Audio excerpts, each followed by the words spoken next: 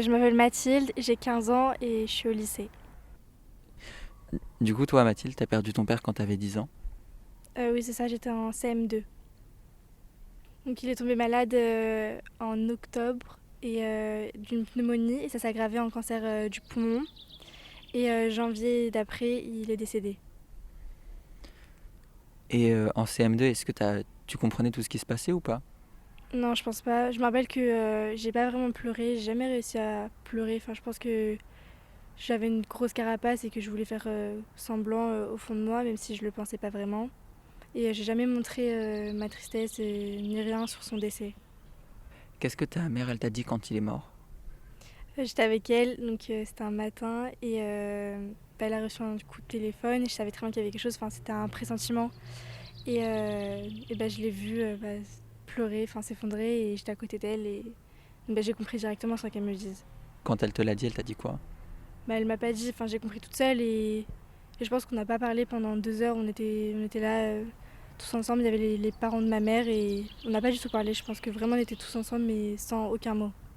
Est-ce qu'il y a des fois où tu te dis que t'aurais préféré ne jamais connaître ton père pour ne pas ressentir, entre guillemets, un choc pareil? C'est vrai que j'ai eu de la chance d'avoir un père très présent et très là pour nous et pour moi et mon frère et pour ma mère d'ailleurs. Et je me dis pas, j'ai eu de la chance de le rencontrer, je pense que je regrette aucun moment, mais ça a été très dur de le perdre et je sais pas ce qui serait passé si vraiment jamais je l'avais connu. En fait, je me rends compte que vraiment, je pense que j'aurais eu un manque et toute ma vie j'aurais voulu le trouver ou chercher et ça aurait été assez difficile et horrible de vivre sans ça. C'est un peu ce que je fais. Et donc tu dis que tu ressens un manque. T'as pas envie d'avoir une nouvelle figure paternelle? Non, mais c'est vrai, j'étais très très proche de mon père et c'était vraiment lui et moi tout le temps. Dans la famille, on nous comparait tout le temps, tous les deux. C'est très dur déjà d'accepter sa mort et pas de le remplacer, mais de combler sa présence. Moi, j'arrive pas, je reste bloquée sur son idée et j'arrive pas à passer à autre chose. Enfin, pas à autre chose, je sais très bien que j'oublierai jamais, mais à aller de l'avant. Je sais pas comment expliquer, mais Est-ce que toi, tu penses que t'as fini ton deuil? non, je suis sûre que non, parce que j'ai pas vraiment envie de finir. C'est vrai que c'est bête à dire comme ça parce que je sais très bien que je serai mieux après. Mais de me dire je serai mieux, justement, j'ai pas envie parce que j'ai l'impression que ça me rapproche de lui en fait. De rester là et de.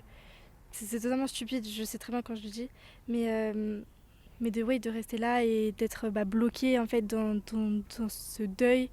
J'ai l'impression que oui, ça me rapproche de lui. Et que de passer à autre chose, c'est comme si je l'oubliais. Est-ce que tu penses que ça t'a amené des choses mentales, je veux dire, positives? Je sais que j'ai mûri beaucoup plus vite qu'une fille de 10 ans le ferait. J'ai appris à être beaucoup plus autonome, à prendre soin de moi, mais aussi de ma mère, de mon frère, de ma famille, de mes proches, et de faire passer les autres avant moi. Parce que je me suis rendu compte que la famille et les gens proches de nous, c'est ce qu'il y a de plus important. Donc là, on vient de parler des points. On vient de parler de ce que ça t'avait peut-être apporté mentalement, du fait que t'avais mûri. Mais qu'est-ce qui, au quotidien, t'affecte? Je pense que j'ai formé une énorme carapace et j'ai mis un blocage en fait entre les personnes que je rencontrais moi et même avec ma famille, je pense en général, parce que je préfère mettre cette distance-là et éviter de montrer que je m'attache trop, même si au fond de moi je m'attache énormément aux personnes. Comme ça, si un jour ils partent, ils sauront pas que, c'est une sorte de protection en fait, et je pense qu'ils sauront pas que je savais, que j'étais aussi attachée à eux et c'est une protection pour moi-même, je pense. Ça me protège mentalement euh, de leur départ. Ton petit frère, il avait quel âge? Mon petit frère, il avait 7 ans. Et il l'a vécu très différemment de toi ou à peu près pareil? C'est vrai que moi, j'ai jamais montré ma tristesse, mais toute mon enfance, de mes 10 ans jusqu'à maintenant, j'étais très en colère et je tapais vraiment pas des crises de colère, mais je m'énervais très facilement contre ma famille et surtout contre ma mère. Alors que mon frère, il a rien dit vraiment, il s'est renfermé sur lui-même, je pense qu'il voulait pas en parler. Et il a toujours protéger ma mère, alors que même quand il avait 8 ans, je me rappelle qu'il se mettait entre elle et moi quand on s'énervait, qu'il s'énervait contre moi pour la défendre. Enfin, il a agi totalement différemment de moi. Est-ce que tu penses que le fait que tu sois en colère, ça l'a, entre guillemets, ça l'a fait se sentir obligé de défendre votre mère et du coup de ne pas pouvoir se mettre en colère, lui? Je pense qu'il était plus petit aussi parce que moi je rentrais dans l'adolescence, donc il y avait déjà l'adolescence, enfin, l'adolescence c'est une période assez compliquée, on se révolte contre ses parents, donc je pense que ça a joué aussi dans mes crises. Mais oui, peut-être qu'il voulait pas rajouter une couche. J'en sais rien, enfin, ça pour le coup, j'en sais rien, il m'en a jamais parlé. T'en as jamais parlé avec lui? Non, on en parle très très très très peu, voire pas du tout. C'est quoi le dernier souvenir que t'as avec ton père? Euh, Mon père, c'était à l'hôpital. C'était la dernière fois que je l'ai vu. Je me rappelle qu'il était à l'hôpital, il était sur son lit et que moi j'étais à côté de lui. Et quand je suis sortie, quand je m'apprêtais à sortir, il m'a dit, c'est vraiment ces derniers mots et c'est vrai que c'est, on dirait un film tout bête, mais il m'a dit quoi qu'il arrive, je resterai toujours ton père. Et je pense qu'au fond de lui, il me disait ça au cas où parce que je pense qu'il voulait prévenir ce qui allait arriver. Qu'est-ce que ça a changé à ta relation avec ta mère? Euh, je pense d'un côté ça nous a rapprochés parce que c'est vrai qu'on dit toujours c'est la fille et son père, c'est toujours comme ça. Mais je pense d'un côté ça nous a rapprochés parce que du coup j'ai grandi, bah, mais d'un côté ça nous a aussi éloignés parce que je suis très en colère, enfin très en colère j'étais et donc oui il y a eu beaucoup de difficultés. Maintenant ça va beaucoup mieux et j'espère que ça va continuer comme ça. Et quand t'avais encore un père, du coup, c'était quoi qui te rendait le plus heureuse? Alors déjà, pour moi, j'ai toujours un père. Il est toujours là. Donc quand j'ai plus mon père, c'est physiquement. Il sera toujours là. Il sera toujours mon papa. Et ce qui me rendait le plus heureuse, je pense que il avait une joie de vivre. C'était incroyable. Je passais 2 minutes à côté de lui. On voulait tous rigoler. On voulait jamais se plaindre de rien. Il faisait toujours tout pour nous rendre heureux. Donc je pense que ça m'a laissé un très bon souvenir de lui. Et toute ma vie, je me souviendrai de lui comme ça. Je pense qu'il n'y a pas une chose négative que je pourrais te dire maintenant sur lui. Tu me dis que ça t'arrivait souvent de faire des crises de colère. T'étais en colère contre qui à ce moment-là? Contre lui, contre toi, contre ta mère? Non, contre lui, pas du tout. Contre ma mère, non plus. C'était plutôt contre moi et contre les médecins, parce qu'ils ne se sont pas vraiment rendus compte dès le début qu'il était malade. Ils pensaient que c'était quelque chose comme ça. Et c'est que 3 mois après qu'ils ont vraiment compris. Donc j'étais très en colère contre ça. Mais je pense que c'est une colère contre n'importe qui, mais contre personne aussi. C'est juste, je pense, que c'est un sentiment. J'ai transformé ma tristesse en colère et je la sortais contre ma mère parce que c'était la personne qui a toujours été là, qui était la plus proche de moi. Mais je pense que je m'en suis beaucoup voulu aussi parce que j'ai pas. Enfin, je m'en veux de. Je me dis, j'ai pas assez profité. Alors que, je sais très bien que si, j'aurais pas pu faire plus que ça. Mais ouais, c'est des trucs tout bêtes. Que maintenant, si vraiment ça devait arriver, j'étais plus petite, j'allais pas toujours tous les jours le voir. Maintenant, si ça devait arriver, je passerais mes journées avec lui. Donc oui, il y a des fois, je m'en veux de ça, mais je sais très bien que j'aurais pas pu changer et je pourrais jamais changer ce qui s'est passé.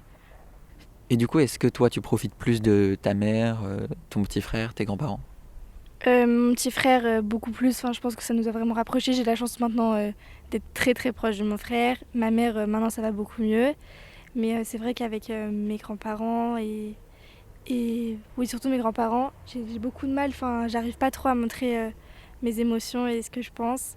Parce que je préfère. J'ai une énorme carapace depuis le décès de mon père.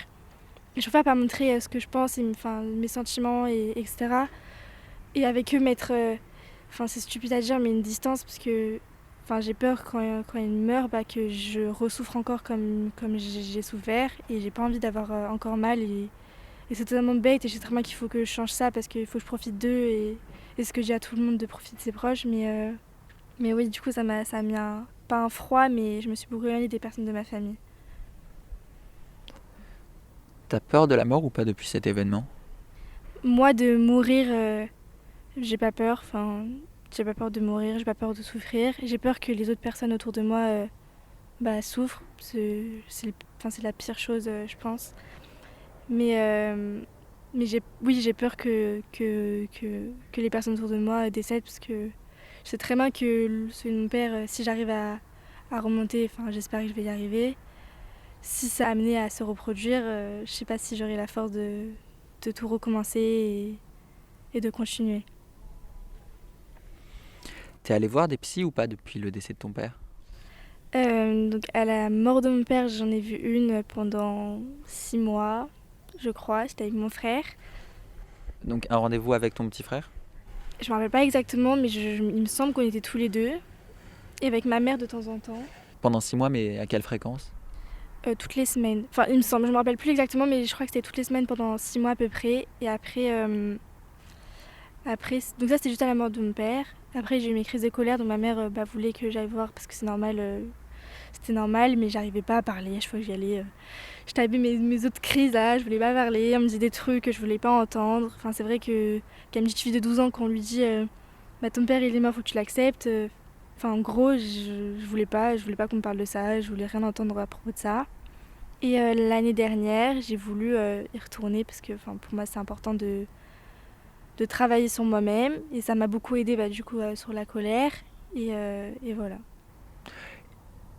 Et hier après-midi, tu choisissais des photos à imprimer et tu as regardé beaucoup de photos de ton père. Ça t'a amené quoi comme émotion? Euh, Déjà c'est assez dur de voir des photos d'avant, enfin moi je dis d'avant mais quand il était là. Et c'est vrai que y a des fois je me disais ouais j'aimerais bien savoir ce qu'il pense, ce qu'il pensait et ce qu'il pense encore maintenant de nous. C'est bête à dire mais oui, ce qu'il pense de nous, est-ce qu'il est content, est-ce qu'il est fier, qu'est-ce qu'il ferait, qu'est-ce qu'il aurait fait à ce moment-là, à tel moment, avec nous. Et depuis le décès de ton père, est-ce que ta mère, elle a re-été en couple? Oui. Ça fait 1 an et demi qu'elle est avec quelqu'un. Et avec moi, c'est un peu compliqué parce que du coup, je suis pas passée à autre chose. Pour mon père, j'ai pas fait mon deuil.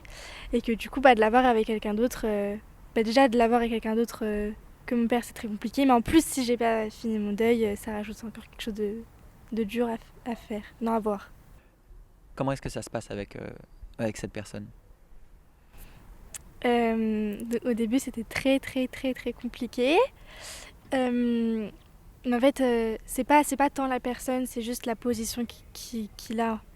J'ai rien contre lui tant il rend bien ma mère et qu'il lui fait pas de mal et j'ai rien contre lui. Mais juste, c'est la position qu'il a qui est compliquée. Mais au début, c'était compliqué. Après, ça allait un peu mieux. Oui, ça va un peu mieux. Et donc au début quand c'était compliqué c'est que s'il venait à la maison je tapais mes crises de colère, c'est n'importe quoi. Ça allait un peu mieux après et maintenant s'il vient à la maison j'ai pas resté avec ma mère et lui à côté mais j'essaye de faire de mon mieux pour être polie, lui dire bonjour. C'est stupide à dire mais j'y arrivais pas avant et voilà. Elle a jamais re-été en couple avant cette personne-là? Non. C'est quoi le conseil que tu dirais à quelqu'un qui vient de perdre son père? Je dirais qu'il va falloir beaucoup de force surmonter cette épreuve et que cette force, faut que tu te dises que il ou elle aurait voulu que tu l'aies et que tu le fasses pour elle mais aussi pour toi et essentiellement pour toi parce que je pense que dans ta vie tu n'auras jamais d'épreuve plus dure que ça mais je te le souhaite mais il va falloir que pour toi et pour ton entourage, pour ta mère, ton père, tes frères et sœurs tu les aides et je pense que ça va prendre du temps ou pas du tout. Ça va dépendre de toi. Mais faut jamais que tu lâches et que tu dises j'y arriverai pas, c'est trop difficile parce que nous, tout est possible et pour lui ou elle, tu dois le faire et parce qu'il aurait pas voulu que tu abandonnes tout. Depuis la mort de ton père, tu vas le voir souvent ou pas au cimetière? Non, pas du tout. Donc je suis allée le voir pas à son enterrement. D'ailleurs, à son enterrement, tu m'avais dit que t'avais pas pleuré. Si, j'ai pleuré. En tout cas, j'ai pas souvenir de moi où je pleurais toutes les larmes. Je me rappelle que j'ai pleuré quand j'ai fait mon discours. Quand j'ai parlé. Mais je pleurais pas tant pour moi. C'était surtout parce que tout le monde était super triste autour de moi. Et ça fait toujours ça. Je voyais tout le monde triste. Mais je me rendais pas compte, en fait, pas du tout. Et enfin, je comprenais pas vraiment ce que tout le monde faisait là, ce qui se passait autour de moi. Oui, du coup, tu peux reprendre. En quatrième, tu y es allée une fois? Oui, je suis allée donc le voir une fois au cimetière, je devais être en quatrième.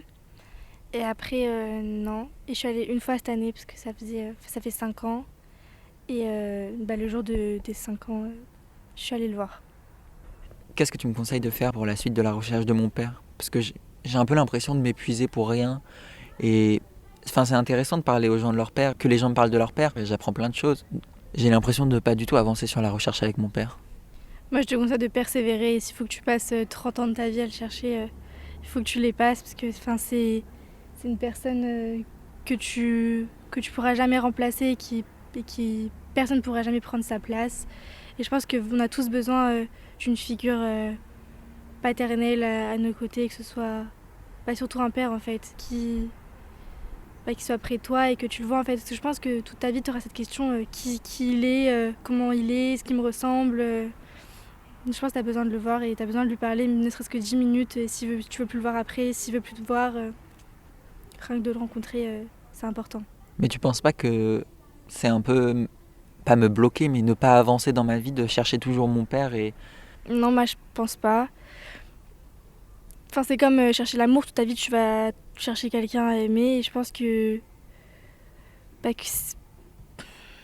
que trouver ton père, tu auras toujours cette place en fait au fond de toi. Et je pense que même si tu te rends pas compte, tu auras toujours cette question j'ai envie de le rencontrer, j'ai envie de savoir. Enfin, c'est une question sans réponse. Et je pense que c'est dur à vivre avec une question comme ça sans réponse que tu n'auras jamais. Donc autant trouver la réponse. Et si elle te plaît pas, au moins tu continueras à écrire ta vie comme tu le souhaites. Mais c'est important. Et je pense que tu as de la chance de pouvoir le rencontrer s'il est encore là, s'il est près de toi. Donc continue et persévère parce que c'est très important. Pour finir, je voudrais te donner 1 minute pour si tu pouvais passer un message à ton père. Qu'est-ce que tu lui dirais? Ça commence maintenant. Coucou papa, j'espère que tout va bien. J'espère que tu me vois de là-haut et que t'es fier de nous. Que t'es content de tout ce qui se passe à la maison et que j'espère que tu m'en veux pas trop de ce que j'ai fait à maman et à Clem pendant tout ce temps. Tu me manques plus que tout et je suis sûre qu'on se reverra parce que c'est pas possible que plus jamais je te revois. Je te remercie pour tout ce que tu m'as apporté, ce que tu m'as appris quand j'étais petite. Et même si je me souviens pas de tous les moments que j'ai passés avec toi, je suis sûre qu'ils sont tous dans mon cœur et qu'ils resteront toujours là. Et je t'aime plus que tout.